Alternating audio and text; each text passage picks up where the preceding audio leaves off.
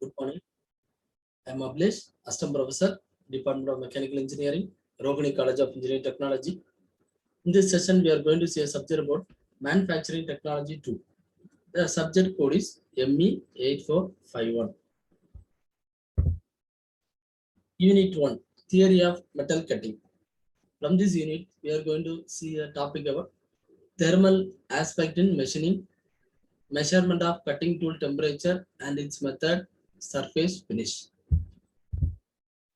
Course outcome of the unit is illustrate the nomenclature of single and multiplying cutting tools used in a manufacturing process.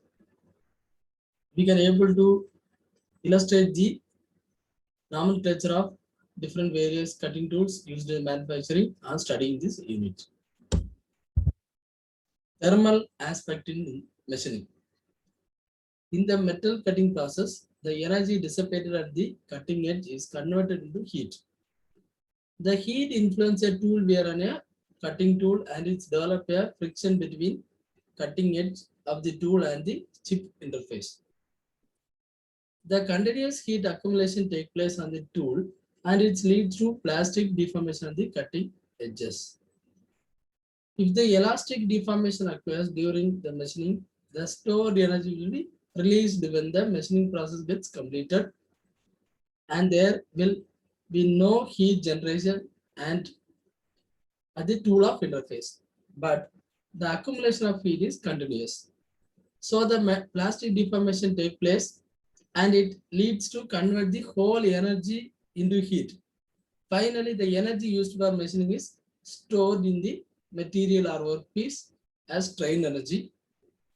Therefore, the heat is generated in three regions such as shear zone, tool chip interface, tool workpiece interface.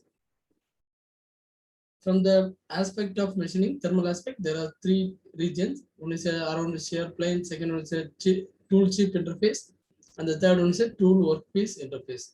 First one, shear plane. The zone which is affected by a energy required to shear the chip or to separate the chip and work is called shear zone. It is also called as primary deformation zone. So the energy required to shear chip is a source of heat. Nearly 65 to 75% of total heat is generated in this area, in this region. Tool chip interface. In this region, the energy required to overcome the friction completely is source of heat. Some plastic deformation also take place. The energy generation is range of 15 to 25% of total heat generated. And the tool workpiece interface. In this region, the energy required to overcome the rubbing friction between the flank face of the tool and the workpiece is heat of source. In this region, the heat generation in the range is 1 to 3%. The above mentioned three zones are lead to increase the temperature at the chip tool interface. It affects the life of tool by forming the character on the tool face. Finally, the tool damage due to softening and thermal stresses.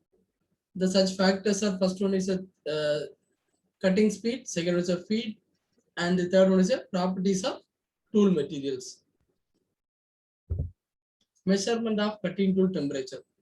The necessity of the cutting temperature is evaluated for the first one is we have to calculate the terms of cutting forces, temperature, and the tool life. Second one, we have to we have to select the proper cutting tools and design. And third one is we have to evaluate the various machining parameters on the cutting temperatures. And fourth one is a proper selection and application of cutting fluid. Analysis of the temperature distribution in the chip and tool and job. Methods of measuring cutting tool temperature. There are three methods. First one is a calorimeter method. Second one is a decolorizing agent. And the third one is a tool or thermocouple. Caloric method. This method is very simple and low, but it is inaccurate and it gives only the grand average value. It is a very simple. It is inaccurate. The caloric method is inaccurate. It gives only a grand average value. And second is a decolorizing agent. Some paint or tab is pasted on the cutting tool to show the various in temperature. According to the cutting tool temperature, the color change is shown for the indication. It is identified from the paint or tab based on the cutting tool, and it shows a color changes. By the color changer, it will be obtained. Third one is a tool work thermocouple. In this method is a simple and inexpensive method, but it gives only an average or maximum value. In thermocouple, the two dissimilar electrically conductive methods are connected at two junctions. When one junction is heated, the difference in temperature and the hot and cold junctions may produce a corresponding current in a millivoltmeter. During machining, such as turning, the tool and the job act as a two dissimilar metals. Similarly, the cutting zone acts as a hot junction. The average cutting temperature is calculated in temperature of millivolt through a proper calibration. The tool interface can be measured using thermocouple in many ways. The types of what are the methods we can measure is given below. First one is a moving thermocouple technique. Second is a embedded thermocouple technique. Third one is a using compound tool, and the fourth one is a indirectly from hardness and structural transformation.